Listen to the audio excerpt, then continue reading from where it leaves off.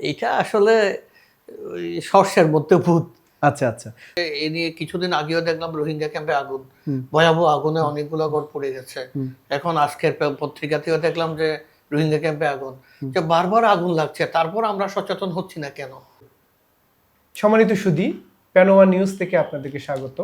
আমাদের নিয়মিত আয়োজন সংবাদপত্রে কক্সবাজারে আপনাদের সাথে আমি কথা বলছি, নির্বাণ পাল। আজকে আমাদের অতিথি হিসেবে এসেছেন আমাদের সম্মানিত শিক্ষাজন, কবি, গল্পকার। স্যার, নিজের মুখেই যদি আপনার পরিচয় দেন। আমি খুব ভালো লাগছে আজকে স্টুডিওতে আসতে পারে। আমি সোহেল ইকবাল, কক্সবাজার সরকারি বালিকা উচ্চ বিদ্যালয়ের সহকারী প্রধান শিক্ষক হিসেবে আছি, আর লেখালেখি করি। ওই যে কবি গল্পকার বলছে, গল্প লিখি, কবিতা লিখি, উপন্যাস লিখি।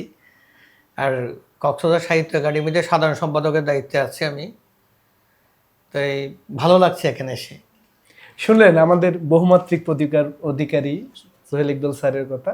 স্যারের গল্প, উপন্যাস এবং সৃষ্টিশীলতা নিয়ে নিশ্চয়ই আমরা কথা বলবো, কিন্তু আজকে আমাদের কথা হবে সংবাদপত্র নিয়ে। যথারীতি আমি আজকে প্রকাশিত সংবাদপত্রগুলোর হেডলাইন আপনাদেরকে পড়ে শোনাচ্ছি। দৈনিক আজকের দেশ বিদেশ, ওনারা সংবাদ শিরোনাম করেছে নতুন বছরে বই উৎসব, মাধ্যমিকে কিছুটা ঘাটতি। নিশ্চয়ই আমরা এই বই ঘাটতি নিয়ে কথা বলবো। ওনারা সেকেন্ড লিড করেছে হোটেল রিসোর্টের আড়ালে অনৈতিক কর্মকাণ্ড, অভিযানে নড়েচড়ে বসলো প্রশাসন, তালা ভেঙে নারীসহ আটক 7। পর্যটনের অনিবার্য অনুষঙ্গ মনে হয় এই আদিম পেশা, এটা নিয়েও আমরা একটু কথা বলবো।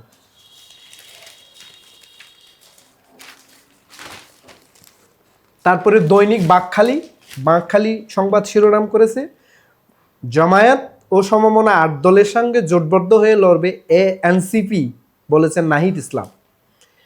ওনারা সাবহেড করেছে কক্সবাজার 1 আসনে মনোনয়নপত্র জমা দিলেন সালাউদ্দিন। ওনারা আরেকটা সংবাদকে শিরোনামে এনেছে মিয়ানমারে বিস্ফোরণ, কেঁপে উঠল টেকনাফ সীমান্ত। তাদের আরেকটি নিউজ আছে জেলা প্রশাসনের জরুরি সভা, সেন্ট মার্টিনগামী জাহাজে চলাচলের নতুন সিদ্ধান্ত। জাহাজে আগুন লাগার পরে যে নতুন অচল অবস্থা তৈরি হয়েছে, সেটা নিশ্চয়ই আমাদের এই সময়ের জন্য একটা বিশেষ গুরুত্বপূর্ণ সংবাদ। দৈনিক সৈকত, ওনাদের হেডলাইন চ্যালেঞ্জ জয়ের মিশনে তারেক রহমান। আরেকটা সংবাদ শিরোনাম করেছে জামায়াতের নেতৃত্বাধীন জোটে যোগ দিল এনসিপি এলডিপি। ওনারাও একটা সাবহেড করেছে মিয়ানমারের রাখাইনে এবার বিমান হামলা, এপারে বিস্ফোরণের শব্দে আতঙ্ক। এবার ওরা বিমান হামলায় জোরদার করেছে। দৈনিক ইনানি, তাদের হেডলাইন তারেক নাহিদের হাতেই কি ভবিষ্যৎ।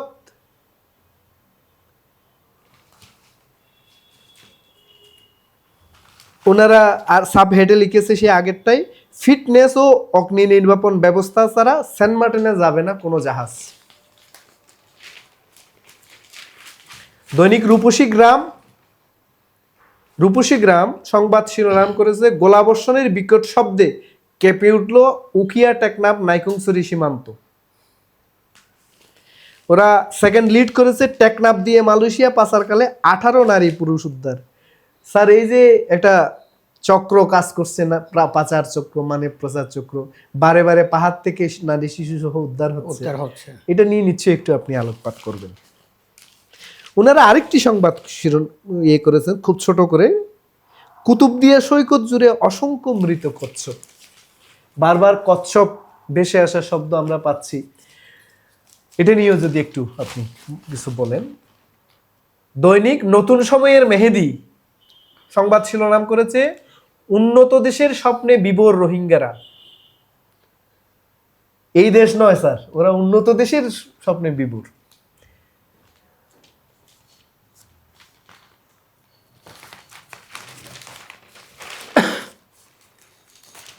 দৈনিক আজকের কক্সবাজার, জামায়াত নেতৃত্বাধীন জোটে যোগ দিল এনসিপি ও এলডিপি। সেকেন্ড হচ্ছে হত্যা মামলার আসামি সহ সাগর পথে পাচার হচ্ছিল 17 জন। স্যার, ওই যে পাচারের কথা বললাম, ওখানে হত্যা মামলার আসামিও আছে। মানে চোর, আসামি, ডাকাত, মানে একেবারে হরিহর অবস্থা। এরা আরেকটা ছোট কার আমরা বারবার এই সংবাদ পাই, টেকনাপে ইয়াবা বোঝায় প্রাইভেট কার সহ চালক আটক। এই যে বারবার ইয়াবা সহ গাড়ি পাওয়া যায়, গাড়িগুলো কই যায় স্যার? এরকম গাড়ি হলে তো মানে রাস্তাঘাটে জ্যাম লেগে যেত, অথবা সৈকতে রাখলে আমরা দেখতে পাইতাম যে কয় হাজার গাড়ি, কয় কোটি গাড়ি আটক হলো। এই গাড়িগুলো যায় কোথায়, আপনি যদি একটু আলোকপাত করেন। দৈনন্দিন ওনারা হেড করেছে উকিয়া টেকনাফ সীমান্তে রাতভর আতঙ্ক, মিয়ানমারে গোলাবর্ষণের বিকট শব্দ। যেহেতু সমুদ্র শহর কক্সবাজার, লাখো লাখো পর্যটক এখানে আসতেছে, তারা পাহাড়ে ঘুরতেও যাচ্ছে, নতুন করে সীমান্ত সড়ক হওয়াতে এই দুর্গম বনেও অসংখ্য পর্যটক ঘুরতে যাচ্ছে। এটা নিতান্ত একটা আতঙ্কের ব্যাপার স্যার, নিশ্চয়ই এটা আলোচনার দাবি রাখে। ওরা সেকেন্ড হেড করেছে কুতুবদিয়া সৈকত জুড়ে অসংখ্য মৃত কচ্ছপ। এটা একটা নতুন ঘটনা স্যার। আমরা দেখতাম সেন্ট মার্টিনে অথবা উকিয়া টেকনাফ উপকূলে মৃত কচ্ছপ বেশি যাচ্ছে, এখন কুতুবদিয়ার সৈকত জুড়েও এই নিউজটা করেছে মোহাম্মদ রাইসুল ইসলাম রাহাত কুতুবদিয়া। যদি সংশ্লিষ্ট কর্তৃপক্ষ জেনে থাকেন তো উনি আমাদেরকে একটু বিস্তারিত বললে আমরা একটা ফলো আপ রিপোর্ট ওনার কাছ থেকে নিতে পারি। দৈনিক হিমছড়ি, জামাত জোটে এনসিপি এলডিপি।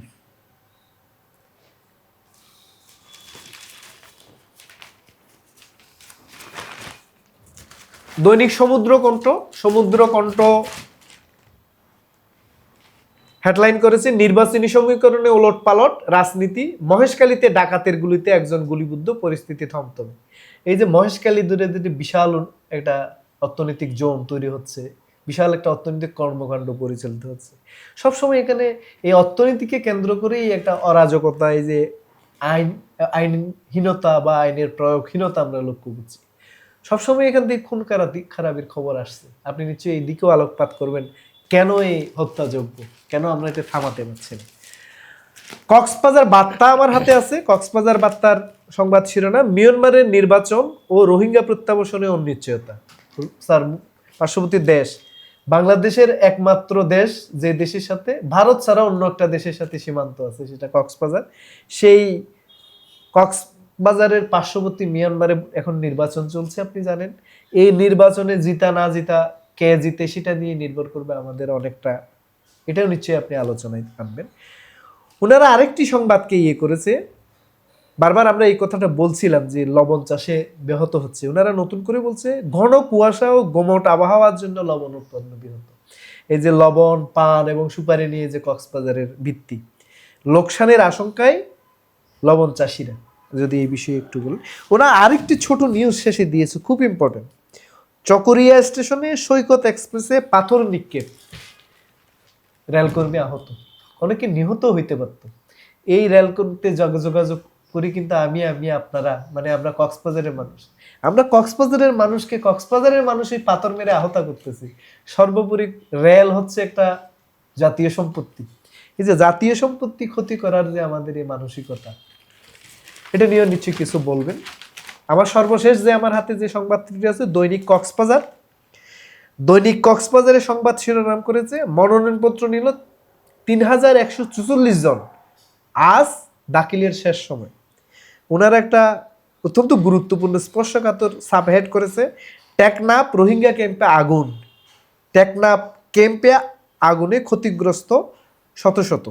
স্যার, সবচেয়ে বেদনাদায়ক এই নিউজটা দিয়ে আমি পাঠ শুরু করলাম। উল্লেখযোগ্য অংশ নিয়ে নিশ্চয়ই স্যার আলোচনা করবে, আরও কিছু সংবাদ আমাদের কাছে আছে, যথাক্রমে স্যারকে তুলে দেবো। শেষেরটা দিয়েই যদি স্যার একটু শুরু করেন, এই যে টেকনাফ ক্যাম্পগুলো হওয়ার সময় আমরা পরিবেশ কর্মীরা বলছিলাম যে বাঁশ, কাঠ, সন এগুলো ঝুঁকিপূর্ণ, যে কোনো সময় একটা বড় অগ্নি, পাশে কোনো পানির ব্যবস্থাও নাই। আমরা চাইছিলাম যে না পুড়ে যে তৈরি করা হয় এবং যে টিনগুলো পরিবেশ বান্ধব, এগুলো ব্যবহার করে কিছু করে দেওয়া, যেগুলো এগুলো স্থায়ী হয়, বারবার এগুলো যেন বাঁশ কেটে কাঠ কেটে উজাড় করতে না হয়। আবার এরা চলে গেলেও এগুলো যেন দরিদ্রদের, হতভাগা, নদী ভাঙাদের বা যারা বস্তিবাসী তাদেরকে দেওয়া যায়। কেউ কথা শুনলো না। অবশেষে এই যে বারে বারে আগুন, বারে বারে মানুষ এবং জানমালের ক্ষতি হচ্ছে। আদৌ ওখানে আগুন নিয়ন্ত্রণ করার বা আগুন সম্পর্কে সচেতন করার কোনো কর্মসূচি ওখানে চলে কিনা, আপনি কি বলেছেন? আমার মনে হয় এই বিষয়ে যতটুকু নজর দেওয়া উচিত, কর্তৃপক্ষের নজর দেওয়া উচিত, কিংবা স্থানীয় যারা আছে তাদের যেরকম সচেতন হওয়া উচিত, যেমন একটু আগে যেটা বললেন, এই যে পরিবেশ বান্ধব জিনিস দিয়ে ঘর তৈরি করা, এই যে বাঁশ দিয়ে তৈরি হলো, আগুন তো লাগতেই পারে, আগুন লাগার সম্ভাবনা আছে, যেহেতু লাকড়ি দিয়ে তারা চুলা জ্বালায়, তারা আগুন পোহায়, ইয়া ওই ধরনের আগুন তারা ব্যবহার করে, লাকড়ির আগুন তারা ব্যবহার করে, সেখানে যে কোনো সময় এই ধরনের দুর্ঘটনা ঘটতে পারে। এখন আমাদেরকে দেখতে হবে দুর্ঘটনা প্রতিরোধ করার ব্যবস্থাটা নিয়ে আছে কিনা, বা দুর্ঘটনা আগে সচেতন করার কোনো কর্মসূচি আছে না কিনা, হওয়ার জন্য আগে থেকে ব্যবস্থা নেওয়ার সুযোগ আছে আগুন কিনা, লাগলে কি করবে এই বিষয়ে কি সচেতন করবে, করা। আর আগুন লাগলে তাৎক্ষণিক কি করতে হবে সেটা ওরা জানে কিনা। এই যে প্রত্যেকবার এই যে এই নিয়ে কিছুদিন আগেও দেখলাম রোহিঙ্গা ক্যাম্পে আগুন, ভয়াবহ আগুনে অনেকগুলো ঘর পড়ে গেছে। এখন আজকের পত্রিকাতেও দেখলাম যে রোহিঙ্গা ক্যাম্পে আগুন, যে বারবার আগুন লাগছে, তারপর আমরা সচেতন হচ্ছি না কেন? না এই দায় কি প্রশাসন এড়াতে পারে কিনা, বারে বারে আগুন লাগছে এই দায় প্রশাসন দায় এড়াতে পারে না, প্রশাসনকেও দায় নিতে হবে, মানুষকেও সচেতন মানুষকেও সচেতন হতে হবে। ধন্যবাদ স্যার। আমি যদি আপনাকে আরো কিছু প্রশ্ন শুরু থেকে আপনি বলতে পারেন, আলোচিত লিড থেকেও যদি কিছু আপনি বলতে চান আসলে বলতে পারেন। আজকের বেশিরভাগ পত্রিকায় যে নিউজটা এসছে আমি দেখলাম যে সবগুলো পত্রিকায় নিউজটা এসছে, সেটা হচ্ছে হিউম্যান ট্রাফিকিং, যে মানব পাচার, হত্যা মামলার আসামি সহ পাচার হয়েছে লিখেছে একটা পত্রিকায়, 17 জন পাচার হয়েছে। তা আমরা স্যার এরকম তো কয়েকশো জনকেও পাহাড় থেকে কয়েকশো জনকেও পাচার করার সম্ভাবনা, এই যে এই জিনিসটা আমরা রোধ করতে পারছি না কেন? যে মানব পাচার একটা বড় ধরনের অপরাধ, আমরা দেখেছি এই যে মালয়েশিয়া নিয়ে যাওয়ার নাম করে, এটা তো জোর করে ওদেরকে কেউ করছে এমন না, এমন করলে 200 মানুষকে তো আটকে রাখা সহজ হতো না। না, ওদেরকে লোভ দেখানো হয়, আমি যতদূর জানি হয় ওদেরকে লোভ দেখানো হয়, ওদেরকে প্রলুব্ধ করা হয়, ওদেরকে চাকরির লোভ দেখানো হয়, যে মালয়েশিয়ায় অমুক তমুক বিভিন্ন দেশে, লিবিয়াতে, যে সমস্ত দেশে মানবগুলা পাচার হচ্ছে, এবং আমরা দেখেছি এই পাচার হওয়া মানুষগুলা ওই দেশে পৌঁছানোর আগে অনেকে মারা যায়, পথিমধ্যে মারা যায়, নৌকা ডুবিতে মারা যায়, যে এই যে অসহায় মানুষগুলা বা এক জায়গার কথা বলে অন্য জায়গায় পৌঁছায় দেওয়া, অন্য জায়গায় পৌঁছায় দেয়, কিন্তু তাদের কাছ থেকে ইতালির নাম করে ওরা হচ্ছে ইন্দোনেশিয়া জঙ্গলে ছেড়ে দিচ্ছে, কিন্তু ঠিকই ওদের কাছ থেকে জোর করে টাকাটা নিয়ে ফেলা হচ্ছে, এবং অনেক সময় আটকে রেখে আবার পরিবার থেকেও টাকা নেওয়া হচ্ছে, এবং ওদেরকে আমি দেখেছি, পত্রিকায় পড়েছি, ওদেরকে খাবার পর্যন্ত দেওয়া হয় না, ওদেরকে অভুক্ত রেখে বাধ্য করা হয় ওদেরকে। তো স্যার এটার সাথে তো বিরাট একটা র্যাকেট জড়িত, বিরাট একটা অনেক বড় একটা সংঘবদ্ধ চক্র এটার পিছনে জড়িত আছে। এই চক্রটাকে আমাদেরকে লোকেট করতে হবে। আমরা পাচ্ছি না কেন ওদেরকে, আমরা খুঁজে পাচ্ছি না কেন, ওই পর্যন্ত পৌঁছাতে পারতেছি না কেন? এটা আসলে আমাদের কি জনবলের অভাব না সদিচ্ছার অভাব?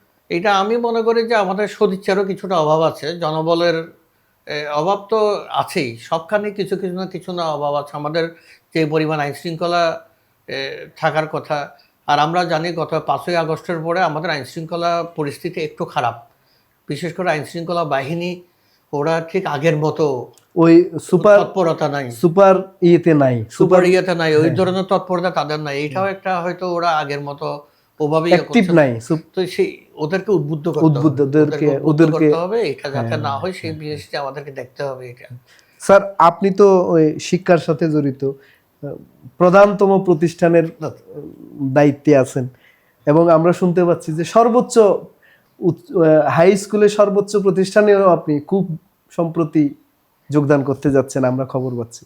এই যে একটা বইয়ের সংবাদ আমরা পাচ্ছি যে বই এখনো পুরোটা পাওয়া যায় না, দুঃখজনক, কিছু এটা আসলে ঘাটতি আছে, ভীষণ দুঃখজনক। এটা গত বছর আমার মনে আছে, এই যে গত বছর যে এসএসসি রেজাল্টটা ভালো হয় না সারা দেশের, এটার পিছনের মূল কারণটা হচ্ছে সময় মতো বই না পাওয়া। এটা তো কেউ বললো না স্যার, খালি স্কুলের টিচারদের দোষ দিয়ে গেল, স্কুলের টিচারদের দোষ দেয়। যেমন এই বছরের একই ঘটনা, যে বইয়ের ঘাটতি, ঠিক মতো বই স্যার আসলে সমস্যাটা 1 বছর আগেও আমাদের ঘাটতি হলো, দেরি হলো।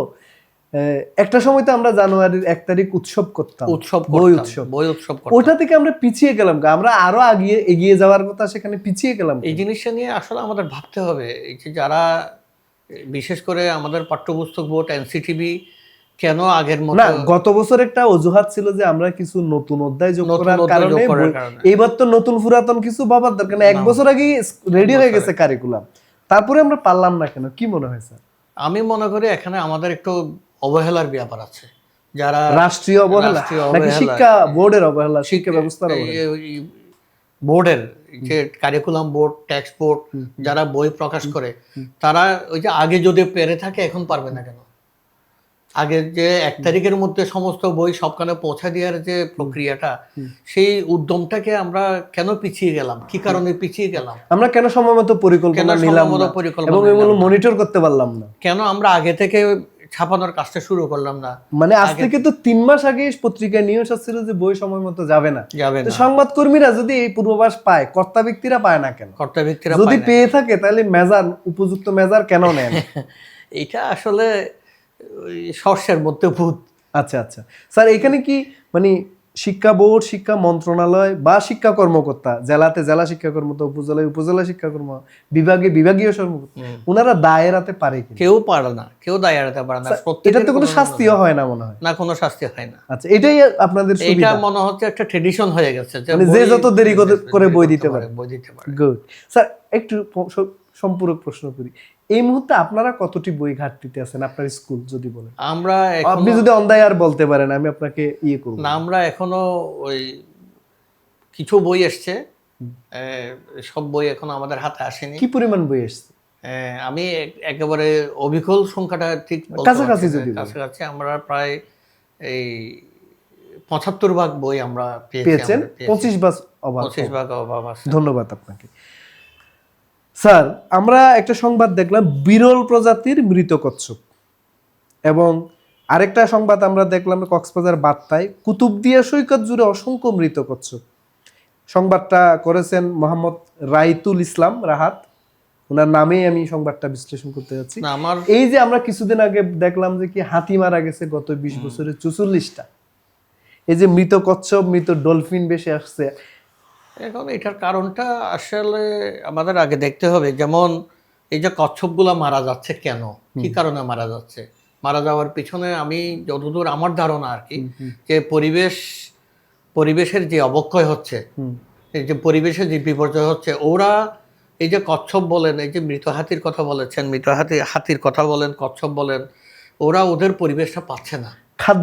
খাদ্যাভাব, প্লাস্টিক দূষণ, এই যে জাল, কারেন্ট জাল, বড় বড় প্রত্যেকটা জাল, মানে সব ওদের এগেইনস্টে যাচ্ছে, ওদের বিরুদ্ধে যাচ্ছে। ওরা ওদের মতো করে বড় হতে পারছে না, ওদের মতো করে জীবনযাপন করতে কিন্তু পারছে না। তারা তো আমাদের একটা অবশ্যই ইকোচেইনের একটা ইকোচেইনের অংশ। মানে ওরা যদি ধ্বংস হয়ে যায়, আমাদের পরিবেশ বিপর্যয় হবে না। কিন্তু কেউ কেউ তো স্যার চাচ্ছে যে এগুলো মরলে অসুবিধা নাই, যেহেতু ওদের ভোট নাই। কেউ একজন তো এটাও বলেছে যে ওরা তো ভোট দিতে পারবে না। এটা যেবা যারা ভাবছে, অনেকে, এটা আমার মনে আছে একদিন ওই যে যেভাবে বনে কাঠ কেটে নিয়ে আসে, তো আমি জিজ্ঞেস করেছিলাম, এই কাঠ ব্যবসায়ীকে ধরেছিলাম যে আপনারা যেভাবে কাঠ ট্রাকে করে কাঠের পর কাঠ নিয়ে যাচ্ছেন, একদিন তো বনগুলো উজাড় হয়ে যাবে। বলছে স্যার, এই কথা শুনে এসছি যে 50-100 বছর আগে, তখনও তো উজাড় হয় না, এখনো উজাড় হয় না, ভবিষ্যতেও হবে না। তো এই যে যারা এই ধরনের চিন্তা ভাবনা, নেগেটিভ চিন্তা ভাবনা যারা করে, তাদের কারণে কিন্তু আমাদের উজাড় হচ্ছে, আমাদের বনভূমি উজাড় হয়ে যাচ্ছে, পাহাড়গুলো কেটে সাফ। প্রশাসনের কর্তা ব্যক্তিদের মনে যদি এই থাকে, কর্তা ব্যক্তিদের মনে যদি এই থাকে, তো স্বাভাবিকভাবে তারাই দেখা যায় যে আমরা যারা দায়িত্বে থাকি, আমরাই এগুলো করছি, আমরাই গাছ কাটছি, শস্যের ভিতর ভূত থেকে যাচ্ছে। ধন্যবাদ স্যার। দৈনিক দেশ বিদেশ একটা নিউজ করেছে, হোটেলে অনৈতিক ব্যবসা, তালা ভেঙে 7 জন আটক। স্যার, তার আগে আমি এইটুকু বলছি, এই যে আদিম ব্যবসা, এই যে যৌনতার ব্যবসা, এই যৌন ব্যবসার শ্রমিক হচ্ছে মেয়েগুলো, আর এখানে এই ব্যবসার যে মালিক, এই ব্যবসার যে দালাল, এই ব্যবসার যে শেল্টার দেওয়ার বড় বড় নেতা, এরা কেউ ধরা পড়ছে না। বারে বারে দেখছি যে শ্রমিকগুলো আর খদ্দরগুলো ধরা পড়তেছে। এটা তো আসলে এদেরকে, স্যার, এটা তো ওই পর্যটন ব্যবসার অন্যতম অনুষঙ্গ হচ্ছে। এটা পর্যটন থাকলে এটা থাকবেই। এরা তো ভিকটিম, এদেরকে নিয়ে এক শ্রেণীর মানুষ ব্যবসা করছে। জি, এই যে ক্লায়েন্ট যারা আছে, তাদের মালিক পক্ষ যারা আছে, তাদেরকে পুরো একটা চেইন কিন্তু কাজ করে। এবং এই যে এদেরকে অ্যারেস্ট করলো, এদের পেছনে কিন্তু একটা বিরাট চেইন কিন্তু অর্থ উপার্জন করছে কিন্তু। হ্যাঁ, মানে এদেরকে ছাড়ানোর জন্য অ্যাডভোকেট নিয়োগ দেয়া, এগুলো খরচ করা, পুলিশের সাথে দেন দরবার করা, এটা গোষ্ঠী কিন্তু আছে। এরা যে পুলিশের কাস্টডিতে থেকে যাবে তা নয়, পুলিশের কাছে থেকে যাবে না, ঠিকই ওরা ছাড়া পাবে, এবং এই অনৈতিক কাজগুলো চলতে থাকে। স্যার, এটার বিকল্প কি? যে স্যার এমন কি হইতে পারতো আমরা তাদের জন্য একটা সরকারি শেল্টার আমরা অন্যান্য দেশে আমরা যেমন যদি ওদেরকে পুনর্বাসনের ব্যবস্থা করতে পারি, আমি শুধু ধরলে তো হবে না, আমি যৌনকর্মী বলে তাকে ধরলাম, ধরে অ্যারেস্ট করলাম, যে আমি পর্যটন থাকলে তো এরা থাকবেই কোনো না কোনো ফরম্যাটে। থাকবে, এদের জন্য পুনর্বাসনের কোনো ব্যবস্থা তো আমরা করছি না, আর কিন্তু স্যার বিকল্প এটা চিন্তা করছি না। সরকারিভাবে পারমিটেড যদি আমাদের একটা পতিতাবল্লী থাকতো, সরকারি পতিতাবল্লী, ওখানে যদি তাদেরকে আমরা রোগ বালাই গিয়ে জন্য তাদেরকে সেভ করতে পারতাম, প্রয়োজনে টিকা বা চিকিৎসা দিতে পারতাম, পর্যটনের স্বাস্থ্য ঠিক থাকতো। এরকম না করে যে আমরা বারবার এদেরকে ইয়ে করে রাস্তায় ফেল, এখন এরা কটেজ থেকে এটা ধরতেছে, আসলে- এরা রাস্তায় চলে যাচ্ছে, এটা আসলে ঝোপঝাড়ে চলে যাচ্ছে, ওই যে কি বলে ঝাবনে চলে যাচ্ছে। এটা বলতে গেলে একটু খারাপ শোনায়, কিন্তু কাউকে না কাউকে তো বলতে হবে। বলতে গেলে খারাপ শোনায়, যারা অ্যারেস্ট করে তারাও কিন্তু ওই চেইনের, আচ্ছা, তারা কিন্তু মূলত কিছু পাওয়ার জন্য অ্যারেস্টটা করে, যাদের যাদের কাছ থেকে পায় না তাদেরকে অ্যারেস্ট করে, তাদেরকে অ্যারেস্ট করে, Right. অ্যারেস্ট করলে পেলে ছেড়ে দেবে, ছেড়ে দেয়। এটাই। আর সব সময় দেখা যায় কটেজ গুলিতে আক্রমণ হয়, এমন তো না যে বড় বড় হোটেল গুলোতে এগুলো নাই, এমন তো আপনি শুনেন না কারণ যে ওখানে বড় ধরনের মাসোহারা পাচ্ছে ওখান থেকে। রাইট। থ্যাংক ইউ, আপনি সঠিক একটা জায়গায় আঘাত করেছেন স্যার। কষ্ট করে আমাদেরকে সময় দিলেন, শত ব্যস্ততায় আমাদের মাঝে আসলেন, নিশ্চয়ই আমাদের প্রয়োজনে আপনাকে আবারও সাথে পাবো। শুধু দর্শক মণ্ডলী, আপনারা এতক্ষণ শুনলেন আমাদের নিয়মিত আয়োজন সংবাদপত্রে কক্সবাজার। আজকে এখানেই শেষ করছি। আমি নির্বাণ পাল, আপনাদেরকে এই বছরের বিদায়ী শুভেচ্ছা জানাচ্ছি। এই বছর এটাই আমাদের শেষ সংবাদপত্রের পর্যালোচনা অনুষ্ঠান। আগামী বছর যথাসময়ে নিশ্চয়ই আপনাদের সাথে দেখা হবে। সম্মানিত সম্পাদক মণ্ডলী, আপনাদের প্রতি আমাদের অনুরোধ থাকবে, আপনারা আমাদের স্টুডিওতে আপনাদের প্রকাশিত সংবাদপত্রগুলো সকালে একটু পৌঁছানোর ব্যবস্থা করবেন, যাতে আমরা পর্যালোচনা করতে পারি। আর আপনারা যখন সংবাদগুলো পরিবেশন করবেন না, বিশেষত আপনাদের নিজস্ব সংবাদগুলো যেন বাই নেম উল্লেখ করেন, আমরা যেন যোগাযোগ করতে পারি, প্রয়োজনে ফলো আপ নিতে পারি। আপনারা খেয়াল করবেন, আমরা কক্সবাজারের উন্নয়নের সংবাদগুলো সাধারণত বাই নেম বলে থাকি, এই নিউজটা কার, যেন সবাই এই নিউজটা জানতে পারে এবং ব্যক্তিটাকে সাধুবাদ দিতে পারে, চিহ্নিত করতে পারে। আমরা আশা করি একসময় আপনি নিশ্চয়ই জানেন স্যার, আমরা আমাদের সময় পত্রিকায় একটা ইয়ে করেছিলাম, যে প্রতিবেদন দেবে তার নাম এবং ছবি দিতাম, যেন লোকজন দেখতে পারে এই লোকটা কে। তা আপনারা নিশ্চয়ই একটু সচেতন হবেন, বিশেষত উন্নয়ন সংবাদগুলোতে আপনারা আপনাদের প্রতিবেদকের নাম উল্লেখ করবেন এবং সম্ভব হলে ছবিও দেবেন, যেন জনগণ এই সংবাদদাতাকে খুঁজে পেতে পারে বা এই সম্পর্কিত সংবাদগুলো তার কাছ থেকে আরও সংবাদ পৌঁছাতে পারে। আমরা এই তৃণমূল সাংবাদিক ভাইদের এবং সংবাদদাতাদের অনুরোধ করব, আপনারা আপনাদের এই সংবাদগুলো আমাদের কাছে যথাসময়ে পেশ করবেন। সবাইকে ধন্যবাদ, সবাইকে শুভেচ্ছা।